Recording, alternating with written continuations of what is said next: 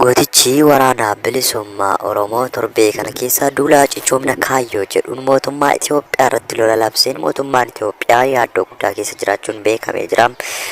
Mootummaan sirna nafxanyaa Abiyyi Ahmad mataatti ta'e yeroo ammaa kanatti uummata Oromoo dararaa jiru yaaddoo hamaa keessa galee jiraachisaan dhaga'ameera. Gootichi waraana bilisummaa Oromoos magaalota Oromiyaa gurguddootii haga gandaa xixiqqaatti lola guddaa labsuun to'achaa jiraachuun beekameera.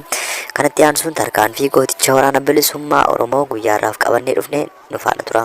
Woboon lixaa shaggar aanaa midaaqanyii keessatti tarkaanfii fudhateen PKM afurii fi snaayipara tokko hiikuun loltoota bilxiginnaas booji'eera. Gootichi waraana bilisummaa Oromoo tarkaanfii ilaalessaa waraana faashistii PP irratti giddu galeessaa Oromiyaa keessatti fudhatuun injifannoo boonsaa galmeessaa jira. Haaluma kanaan tarkaanfii ilaalessaa godina lixaa shaggar aanaa midaaqanyii ganda gaadulaa keessatti waraana maafiyaa PP irratti jajjabeen woboo birgeedii sonsaa fudhatee loltoota Abiyyi Ahmad irraa hanga gabaasni kun qindaa'e 35 ol boqochiisuun 45 ol madeessuun 15 booji'ee jira.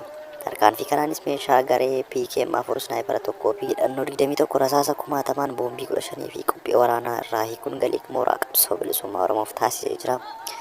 Murni bilxiginnaa gooticha waraana bilisummaa Oromoo balleessuuf duula waraanaa fi diigumsaa gaggeessu akkasumas baatii sadii gidduutti balleessinaan jettee jedhee dhaadatus woboon loltoota PP dhibbootaan ajjeesee isaa hedduus harkaan qabee dhibbootaan booji'uun karoora bilxiginnaa maseensaa jiraachuun ni beekama. Itti fufuun gootichi waraana bilisummaa Oromoo godina lixa Wallaggaa aanaa Boojjii Birmajii keessatti waraana Impaayera Itoophiyaa adabeera.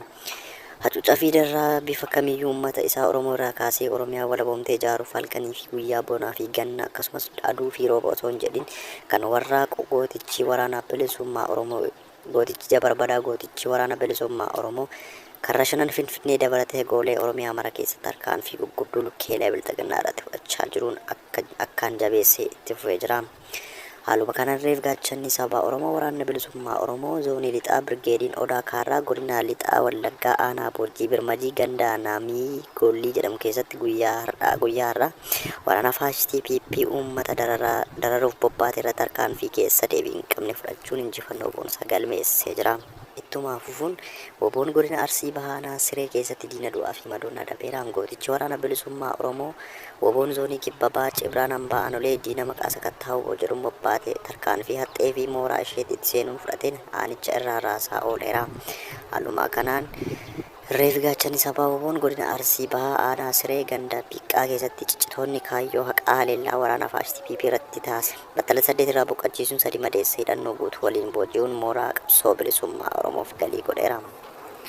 Woboon zoonii kibbaanaa Gujii fi woboon zooniilee kibbaa Gujii lixaa fi Boorana keessatti waraana faashistii PP adabee reef gaachanni uummata Oromoo kan ta'e gootichi waraana bilisummaa Oromoo godina Gujii lixaa aanaa Bulee Horaa ganda Cariis Shaapheessaatti waraana maafiyaa Abiyyi Ahmad irratti tarkaanfii fudhatee loltoota bilxiginnaa 6 battalatti yoo boqochiisu 7 immoo madoo dandamii hin qabneen adabeera. Tarkaanfii kanaanis poolisii federaalaa 4 meeshaa AKM 4 fi snaayipara tokko ni booji'eera. Guyyuma kaleessa aanaa Bulee Horaa ganda Qillensoo Raasitti woboon tarkaanfii ilaalessaa waraana faashistii PP irratti fudhateen tokko boqochiisuun AKM tokkos booji'eera. Tarkaanfiin gootichi waraana bilisummaa Oromoo fudhatu itti fufa.